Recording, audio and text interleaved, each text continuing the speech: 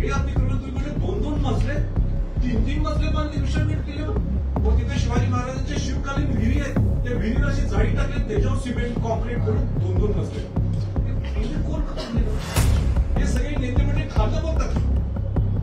देशद्रोही Yasin Bhatkal, Indian मोजादाईचा founder, तुमच्या German बेकरीचा मुख्य आरोपी, मुख्य पुण्यातला, आणि तिने जे 8-9 मोठे बॉम्बस्फोट झाले त्याचा तो आरोपी, तो तिथं 7 दिवस राहिला विशाळगड. तिच्या पद्धतीने अतिक्रमण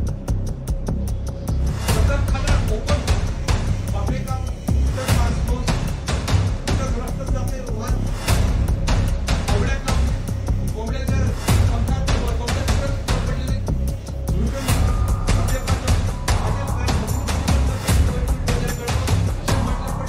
पद्धतीने अतिक्रमण, कतलखाना ओपन बापरे काम, तिथंच मांस मोस, तिथंच रक्त जाते वाद, कोंबड्या कापणे, कोंबड्याच्या पंखात तिथंच पडलेले दुर्गंधी, मद्यपान माझ्या त्या पद्धतीने मद्यपान करतात गडावर अशाच बाटल्या पडलेल्या. पार्ट्या जोरात पाहिजे तसं कर्नाटकातून सगळ्यात जास्त लोक तिथं येत होते. एवढी दुर्गंधी असताना हा शिवाजी महाराजांचा विशाळगड किल्ला हे मी कलेक्टरने विचारलं. म्हणजे तुम्ही वर्षभर तुम्ही एक हिअरिंग घेऊ शकला नाही आणि बाकीचे तुम्हाला जर तिथे न्यायप्रवेश विषय नसेल तर तुम्ही काढत का नाही? आता ह्याच्यासाठी मी आक्रमक नाही व्हायला पाहिजे, त्याच्यासाठी मी हा विषय नाही उठवायचा का? मी त्यांना सांगितलं की हा विषय ताबडतोब तुम्ही सोडायला पाहिजे, नाहीतर आम्ही विशाळगडला जाऊ. त्यांनी लाईटली घेतलं आणि शेवटी मला हात द्यायला मी चला विशाळगडला मुक्त करण्यासाठी. त्याच्या पलीकडे मला आम्ही एक जाऊन सांगायचं, तिथं एक सगळ्यात मोठा अतिरेकी देशद्रोही यासिन भटकळ, इंडियन मोजादाईचा फाउंडर, तुमच्या जर्मन बेकरीचा मुख्य आरोपी, मुख्य पुण्यातला, आणि तिने जे 8-9 मोठे बॉम्बस्फोट झाले त्याचा तो आरोपी, तो तिथं 7 दिवस राहिलाय विशाळगड. आणि आमचे पालकमंत्री आताचे हसन मुश्रीफ सुद्धा त्याच्यावर काही बोलत नाही. पूर्वीचे पालकमंत्री गृहराज्यमंत्री सतेज पाटील त्याच्यावर काही भाष्य करत नाही. हे सगळं चालते का? आणि म्हणून हा लढा मी उभा केला. आता ह्याच्यात माझी काही चूक आहे का? शिवाजी महाराजांच्या किल्ल्यावर विशाळगड किल्ल्यावर ह्या गोष्टी चालून द्यायच्या? मग माझ्या काही इकडे तिकडे आरोप करायला लागलेले. जाती या वर्णावर माझी न्यायची इच्छा आहे. तुम्ही उशीरच का केला? हा शिवभक्तांच्यावर आक्रोश आहे शिवभक्तांचा. तुम्ही निर्णय का घेतले नाहीत? ज्यावेळी मला एकच प्रश्न सगळ्या पत्रकार बंधूंना सगळ्यांना विचारायचा आणि सगळ्यांना विचारायचं, पत्रकार बंधूंनी तुम्ही मला साथ दिली, मी तुम्हाला म्हणून मी तुम्हाला प्रश्न विचारतो. तुम्ही निर्णय घेतला ना 14 जुलैला ज्यावेळी ही मोहीम झाली की 15 जुलैपासून आम्ही अतिक्रमण मुक्त विशाळगड करतो, मुख्यमंत्र्यांनी सांगितलं करून टाक. मग हा न्यायप्रवेश विषय कुठं आला? मग अतिक्रमण मुक्त हे तुम्ही 6 महिन्याच्या अगोदर का केलं नाही? 1 वर्षाच्या अगोदर का केलं नाही? हा माझा प्रश्न आहे. जनतेने सुद्धा समजून घ्यायला पाहिजे माझी ही भूमिका ही आहे, रास्त नाही काही चुकीचे. पण मला आनंद आहे की उशीर झाला असला तरी हा निर्णय अगोदर होऊ शकला असता. हे आंदोलन व्हायची गरजच नव्हती. ही मोहीम विशाळगडवर मी जायची गरजच आली नसती. पण तरी मला आनंद आहे की मुख्यमंत्र्यांनी 14 जुलैला निर्णय घेतला. मुख्यमंत्र्यांनी आदेश दिले कोणाला, जिल्हाधिकाऱ्यांना, जे न्यायप्रविष्ट जे नाहीये ते काही 6-7 आहे, बाकीचे जे राहिलेले ते तुम्ही अतिक्रमण काढून टाका. आणि आज आनंद आहे मला सांगायचंय की ती काल सुरुवात झाली. कालच पहिल्या दिवशी 70 जे काय अतिक्रमण होते 148 काय 111 चुकत असेल माझं, 158 पैकी 7-8 सोडा पाहिजे 152 त्याच्यातले 70 जमीनदोस्त झालीत का? आजचा आकडा मी तुम्हाला सांगितलं, आज 100च्या जवळपास सुद्धा गेला असेल. कारण पाऊस जोरात चालू आहे, अतिवृष्टी आहे, टप्प्याटप्प्याने कामं होणार. पण मी म्हणून मुख्यमंत्र्यांचा सुद्धा मी आभार व्यक्त करतो. सगळ्या शिवभक्तांचा आभार करतो. धनंजय माझा आभार व्यक्त करतो. मला आभार व्यक्त करायची काही गरज नाहीये. मी निमित्त आहे. मी सुद्धा एक शिवभक्त आहे. मी सर्व शिवभक्तांचा मनापासून आभार व्यक्त करतो. जे जे त्या मोहिमेला आले असतील त्यांचा मी आभार व्यक्त करतो. तुमच्या प्रेशरच्या मुळे आज ते सरकारला निर्णय घ्यावा लागला. माझा शिवभक्तांचा सगळ्या शिवभक्तांचा आभार व्यक्त करतो. मी प्रामुख्याने इलेक्ट्रॉनिक मीडिया, प्रिंट मीडियाचा सुद्धा मला आभार व्यक्त करायचा. तुम्ही मी 4-5 दिवसात हा विषय आणला समोर, पण तुम्ही हा विषय शेवटच्या लोकांच्या शेवटच्या घटकापर्यंत आपण पोहोचवला याबद्दल मी मनापासून प्रेस मीडियाचा सुद्धा मी आभार व्यक्त करतो. एकच खंत वाटते की हा विषय कुठल्या धर्माच्या पलीकडे म्हणून जातीचं वळण याला घेऊ नये अशी माझी सगळ्या प्रमुख नेत्यांना माझी विनंती राहणार आहे की माझी प्रामाणिकपणाने मी आजपर्यंत काम करत आलेलो आहे. प्रामाणिकपणाने अनेक संघटना काम करतात. हेतू आमचा एकच आहे की गडकोट किल्ल्यांच्यावर जे अतिक्रमण निर्माण झालेले ते अतिक्रमण मुक्त व्हायला पाहिजे आणि खऱ्या अर्थाने शिवाजी महाराजांचे गडकोट किल्ले यांनी एक जिवंत स्मारक त्या शिवाजी महाराजांनी श्वास घ्यावा हीच आमची थोडी विनंती आहे. आणि ही सुद्धा माझी सरकारला विनंती आहे की जी तुम्ही धाडस तिथं दाखवली की विशाळगडचं अतिक्रमण मुक्त करायला, इतर सुद्धा जे गडकोट महाराष्ट्रात तिथं सुद्धा जे अतिक्रमण झाले असतील ते सुद्धा काढावं. मी उदाहरण तुम्हाला एक सांगायचंय अतिक्रमणची व्याख्या. आता रायगडला अनेक थोडेसे 10 झोपडे रायगड किल्ल्यावर 10 झोपडे, पण त्यांच्या पिढ्या तिथं राहतात बिचारे. त्यांच्या नावानी नाही येते, त्यांच्या नावानी नाही, पण त्यांची किती पिढी मलाच माहित नाही. बिचारे धनगर समाजाचे लोक आहेत तिथे राहतात ते. आता ह्याला अतिक्रमण आपण म्हणू शकत नाही. तर हा किल्ला पूर्ण पुरातत्व खात्याचा आहे की जिथं राहतात ते पुरातत्व खात्याचं, पण त्यांच्याकडे रेकॉर्ड आहे. 3-3, 4-4 पिढ्या काय 6-6 पिढ्या तिथं राहतात ते गरीब लोक. त्याला काढणार की आपण नाही. कुठे मी त्यांना सांगितलं तुम्हाला खाली यायचं असेल मला सांगत, मी तुम्हाला नवीन घर बांधून देतो. रायगड प्राधिकरणच्या वतीनं नवीन घर बांधून तुम्हाला देतो. पण मी त्यांना चॉईस हा त्यांच्यावर सोडलं. आता मी तिथे जाऊन सांगणार ह्यांना काढा, मुळीच सांगणार हे अतिक्रमण तुम्ही म्हणजे 2-2 मजले 3-3 मजले बांधले विशाळगड किल्ल्यावर. व तिथे शिवाजी महाराजांच्या शिवकालीन विहिरी आहेत. त्या विहिरीला अशी जाळी टाकली, त्याच्यावर सिमेंट कॉन्क्रीट करून 2-2 मजले. म्हणजे कोण खाल्लं? हे सगळे नेते म्हणजे खाल्लं बोलतात. तुम्ही केव्हा केलं विशाळगड? माझं चॅलेंज आहे, माझं चॅलेंज आहे. आज दोन माजी पालकमंत्री म्हणतात असं मुश्रीफ आणि सतीश पाटील म्हणतात असं नाही बोला. संभाजीराजांनी पुरोगामी सोडलं, हे सोडलं, ते सोडलं. तुम्ही गेलाय का किल्ल्यावर विशाळगड? तुमचा काय अधिकार बघतो माझ्यावर बोलायचं? तुम्ही जावा ना किल्ल्यांच्यावर काम करा. तुम्ही किल्ल्यांसाठी काय फंड दिलं? कोल्हापूर जिल्ह्याच्या किल्ल्यांच्यावर बाहेरचं सोडून द्या. कोल्हापूर जिल्ह्याच्या किल्ल्यांसाठी किती पैसे दिले मी सांगू शकतो. मी विशाळगडच्या किल्ल्यासाठी पुरातत्व खात्याच्या माध्यमातून 5 कोटी दिले. रामनाथ किल्ला तिथं ताराराणींचं वास्तव्य होतं तिथं 5 कोटी दिले. तुम्ही सांगा. आणि माझ्यावर ताशेर होत काय ते अधिकार पहिलं बोलायला. एक माणूस जर चांगल्या गडकोट किल्ल्यासाठी काम करत असेल त्याला सुद्धा बाद करायचं, हे नाही बरोबर. आता बाकी सगळं तुम्हाला काय बोलायचं असेल ते बोला. हा सगळ्यात महत्वाचा मुद्दा जे अतिक्रमण काढण्यात आलेले पहिलं कोणाचं अतिक्रमण निघालं? हिंदू लोकांचं निघालंय. त्याचं नाव सुद्धा माहित पाहिजे तर मी सांगतो तुम्हाला. एक वेल्लाड आहे आणि प्रकाश पाटील यांची सुरुवात त्यांच्या नावाने सुरू होते. आता ह्याच्यात काय धार्मिक वळण मुस्लिम समाजात काय मुद्दाम केलाय का? हे हिंदू मुस्लिम हे वळण लावू नका. हे महाराष्ट्राला परवडणार नाहीये. ही माझी आपल्या सर्वांना सगळ्या पुढाऱ्यांना सगळ्या पक्षातल्या लोकांना सगळ्या समाजातल्या लोकांनी माझी विनंती आहे.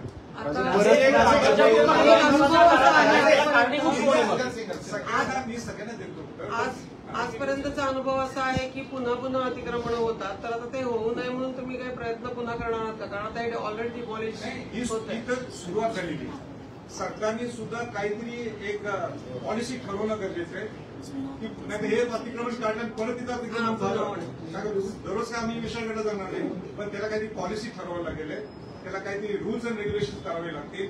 जेणेकरून अतिक्रमण काढल्यानंतर सुद्धा परत तिथं अतिक्रमण होऊ नये आणि खऱ्या अर्थाने ज्या गटकोट किल्ल्याचं संवर्धन जतन तुम्ही कसं करणार त्याचं सुद्धा प्लॅन, त्याचा सुद्धा एक प्लॅन ऑफ ऍक्शन तुम्ही रोड मॅप हा करून देणं गरजेचं. इम्तियाज जलील असं म्हणतायत काल जे सगळं झालं, इम्तियाज जलील यांनी खरं तर जे झालं ते होऊन गेलं, पण त्यांनी असा प्रश्न केलाय की छत्रपती शिवाजी महाराज आणि छत्रपती संभाजी महाराज जे वंशज तुम्ही म्हणता, शाहू फुले आंबेडकरांचे विचार म्हणता, जाळपोळीचं नेतृत्व संभाजीराजांनी केलं, हे तुम्हाला पटतंय का?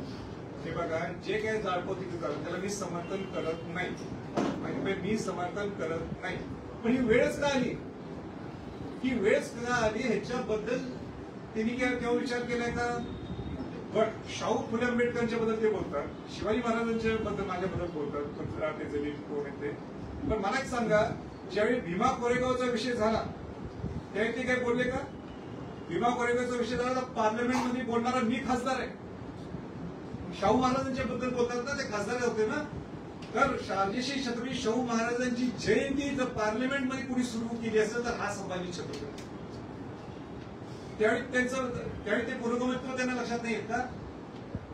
माझं त्यांना विनंती राहणार आहे, तुम्ही एक जबाबदार व्यक्तिमत्व आहे, तुम्ही खासदार होऊन गेलेले राहिला होता, तुम्ही खासदार, तुम्ही महाराष्ट्रात जातीयच्या लाईनवर वळून घेऊ नका, नाही इतके वाईट पडसाद जर पडले तर त्याला जबाबदार ते राहते. राजे, तुमच्या अटकेची मागणी होती मुस्लिम समाजाकडून कोल्हापुरातल्या, तुम्ही त्या हिंसाचाराला जबाबदार आहे अशा पद्धतीचा आरोप होतो. ठीक आहे, ज्यांना आरोप करायचे एक करतील, पण मला ज्यावेळी काल मीडियाने सांगितले की असं एक काहीतरी तुमच्यावर गुन्हा नोंद झाला असं समजते, ज्या मिनिटात मला समजल्यावर मी कायदा पाळणारा व्यक्तिमत्व आणि म्हणून मी लगेच शाहवाडी पोलीस स्टेशनला गेलो आणि त्यांना सांगितलं की मला मी हजर होण्यासाठी आलोय, काय गुन्हा असेल तर सांगा. मग त्यांनी शेवटपर्यंत तुमच्यावर गुन्हा आहे का, तुमच्यावर गुन्हा आहे किंवा तुमच्यावर गुन्हा नाहीये हे त्यांनी स्पष्ट केलं नाहीये. पण मी त्यांना एकच विनंती केली की त्या सगळ्या शिवभक्तांच्या जो तुम्ही गुन्हा नोंद केलाय त्यांना कशात जबाबदार धरतात, मला जबाबदार धरा. शेवटी जे काही घडलं त्याचं मी समर्थन करत नाही, ते माझ्यामुळे झालं मी म्हणत नाही, पण मी गेलो होतो तिथं म्हणून ठीक आहे. प्रकाश आंबेडकर म्हणतात की धारकऱ्यांनी त्या ठिकाणी तुमचं आंदोलन सुरू होतं त्यावेळेस संभाजी भिडे यांच्या धारकऱ्यांनी, शिवप्रतिष्ठा हिंदुस्थानच्या धारकऱ्यांनी ती जाळपोळ केली. संभाजी महाराजांचा आरोप आहे, खासदार संभाजी महाराजांचा आरोप आहे की शाहू महाराजांचा की या सगळ्या आंदोलनामध्ये भिडेकोंडीची धारकरी जी आहे मी शाहू महाराज असे म्हटले की मला कल्पना नाही आणि हाच आरोप प्रकाश आंबेडकरांनी देखील. प्रकाश आंबेडकर मला माहित नाही, पण मला एवढंच सांगायचंय, मला कोण दोषी आहे मला काही याच्याबद्दल बोलायचं नाही. मला एवढंच माहिती आहे की जे काय प्रकार घडला तिथं ते काय समर्थन करण्यासाठी सारखं नाहीये. माझं इतकंच म्हणणं आहे, महाराष्ट्र आपण सगळेजण एकत्र राहतो आणि महाराष्ट्र सगळे एकत्र राहताना हा समतोल सगळ्या समाजाचा एकत्र राहायला पाहिजे. आमचा हेतू प्रामाणिक एकच होता, माझा प्रामाणिक हेतू एक होता, शुभकर प्रामाणिक हेतू एकच होता की आपल्याला अतिक्रमण विशाळगड मुक्त व्हायला पाहिजे. या लाईनीस या दृष्टिकोनातूनच आम्ही तिथे गेलो होतो. याच्या मागे जर काय असेल तर पोलीस डिपार्टमेंट ज्यांनी हिंसाचार केला त्यांच्यावरती कारवाई व्हावी. आता सगळ्यांनी महिलांना मारण झाली, आपलं नेतृत्व होतं त्या ठिकाणी. नाही, मी सांगितलं ना, जे मनाने म्हटलं असं काही झाली नाही.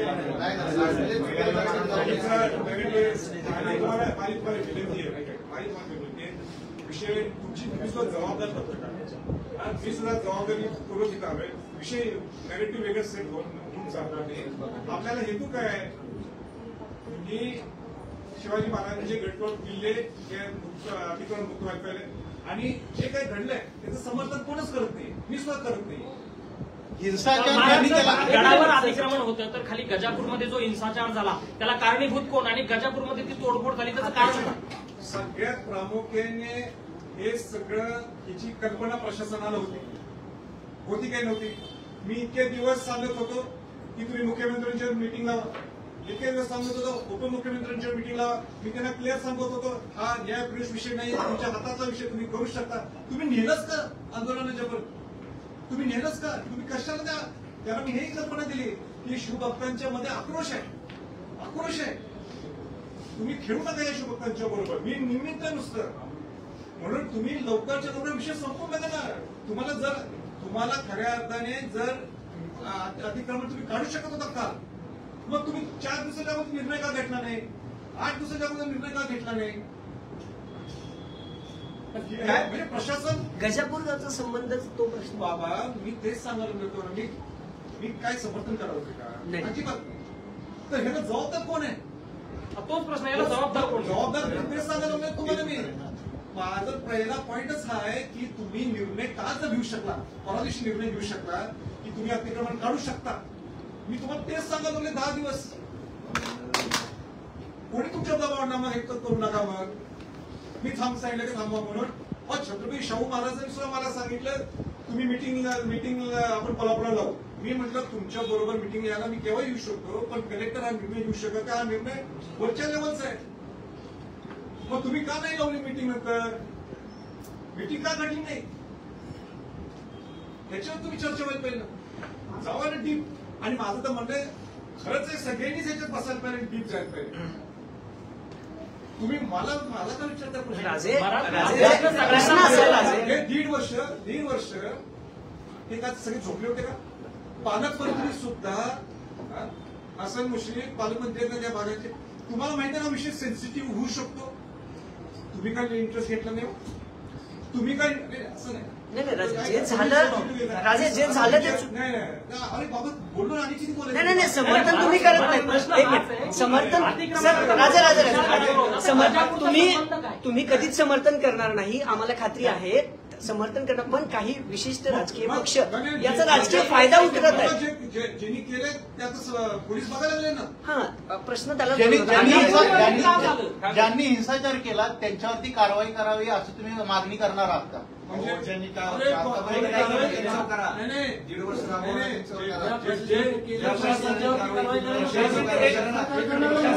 हिंसाचार ज्यांनी केला त्यांच्यावरती प्रशासनाने कारवाई सुरू केलेली आहे.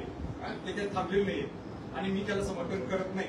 पण माझा उलटा प्रश्न आहे, जिने लांबवलं त्यांना कोण विचारणार प्रश्न? त्या जिल्हाधिकाऱ्यांना कोण विचारणार प्रश्न? त्या पालकमंत्र्यांना कोण प्रश्न विचारणार? त्या वरिष्ठ नेते जे बसले त्यांना कोण प्रश्न विचारणार? त्यांना कोण प्रश्न ऐकायला विचारणार? तुम्हीच तो विचारणार नाही प्रश्न. संभाजीराजे तुमच्या मागे होते. संभाजीराजे तुम्हाला वेळोवेळी इलेक्ट्रॉनिक मीडिया आणि प्रिंट मीडिया सांगितलं की न्याय प्रवेश विषय नाही हा, त्याच्यात निर्णय होऊ शकतो. तुम्ही का ही वेळ आणून दिली? छोट्या छोट्या गोष्टीसाठी मिटिंग होतात.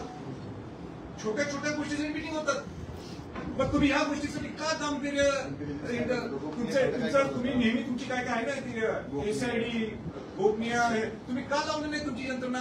पण तुम्हाला माहित होतं तिथं अशा गोष्टी होऊ शकतात. डेली तुमचा फोर्स का तुम्ही लावला नाही? माझी भावना काय आहे? प्रामाणिक काय करायचं मला सांगा. मी काय फायदा घेतला? रायगडचं तुम्ही मला जरा सांगा. तुम्ही रायगडचं बघता त्या रायगडचं आजपर्यंत रायगडवर जे संवर्धन झालं या 75 वर्षात एकाही पुढाऱ्याला इच्छा नव्हती की तिथे आपण रायगड किल्ल्यावर शिवाजी महाराजांची राजधानी होती. शिवाजी महाराज छत्रपती झाले. शिवाजी महाराजांचा राज्याभिषेक सोहळा तिथे झाला. तिथे स्वराज्याची शपथ त्यांनी घेतली. त्या रायगडसाठी का कोण आलं करायला असं थांबा. तर मी ते सुरू केलं. त्याचा राजकीय फायदा केव्हा घेतला नाही, काय घेतलं नाही. आणि तुम्ही माझ्यावर शंका घेता? नाही राजे, छत्रपती संभाजीराजेंवर कधीच शंका नव्हती, ती नसणारी आहे. हा प्रश्न तुम्ही मग हे प्रश्न आहेत ना, हे प्रश्न आहेत ना तुम्ही विचारले होते ना. राजा फक्त तुम्ही असताना मला पटलं का? मी म्हणतो काय बरोबर? मला पटत. मी समर्थन करत नाही. तुम्ही समर्थन करत नाही.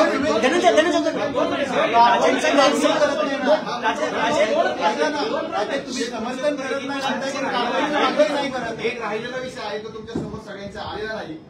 तुम्ही सकाळी आंदोलन घडत असताना काही व्हिज्युअल्स मीडियाच्या माध्यमातून प्रकाशित झालेले आहेत. ज्या व्हिज्युअल्स मध्ये दाखवलं गेलं की एक पोलीस अधिकारी आहे, त्या पोलिसाला या गडावरती मारलं जातं, अमुक केलं जातं. सकाळी 8 वाजता ते व्हिज्युअल्स कसे येतात? त्या व्यक्तीची दाढी इथून कोरलेली असते, त्या व्यक्तीने टी शर्ट घातलेला असतो आणि त्या व्यक्तीला पोलीस म्हणून संबोधित केलं जातं. त्या ठिकाणी नको त्या पद्धतीने सगळ्या गोष्टी याचा कोण पुरावा मी क्लिअर सांगेल. सगळे विषय मी कव्हर केलेले. ते काही ठेवलेलं नाही. पण तुम्ही जर ठरवलंच काही वेगळ्या नाही प्लीज गैरसमज नाही राजे गैरसमज नाही. मी अजूनही सांगतोय की तुमच्या भूमिकेबद्दल कधीच प्रश्नचिन्ह नव्हता. प्रश्नाचा काही राजकीय आता फडणवीस काय म्हणाले की छत्रपतींच्या बाजूचे हिरवे झेंडे निघाले तर मवियाच्या पोटात का दुखतं, हा सगळा राजकीय फडणवीसने विचारलं ना, हा फक्त हा प्रश्न फडणवीस मला कशा विचारताय? फडणवीस ही जर भाषा वापरत असतील संभाजी छत्रपती भाषा वापरली का केव्हा? तुमची भूमिका एक मिनिट शिकली नाही होती का मीटिंग घेतली नाही गृहमंत्र्यांनी? त्यांनी का मीटिंग बोलवली नाही? मी म्हटलं नाही मला यायचं नाही. मी म्हटलं कलेक्टरना जिल्हाधिकाऱ्यांना आणि मोठ्या महाराजांना यांना सुद्धा त्या प्रशासकीय कुठे जिल्हा पोहोचला हा विषय तुमच्यातच होत नाही. तुम्ही हा प्रश्न मुंबईत सोडवायला पाहिजे. सुटलाच ना मुंबईत, ही वेळच यायला नको पाहिजे होती. हे प्रश्न तुम्ही विचारा त्या सगळ्यांना. हे का परिस्थिती निर्माण झाली? का संभाजी छत्रपतीचा खेळ केला तुम्ही? का शिवभक्तांचा तुम्ही खेळ केला?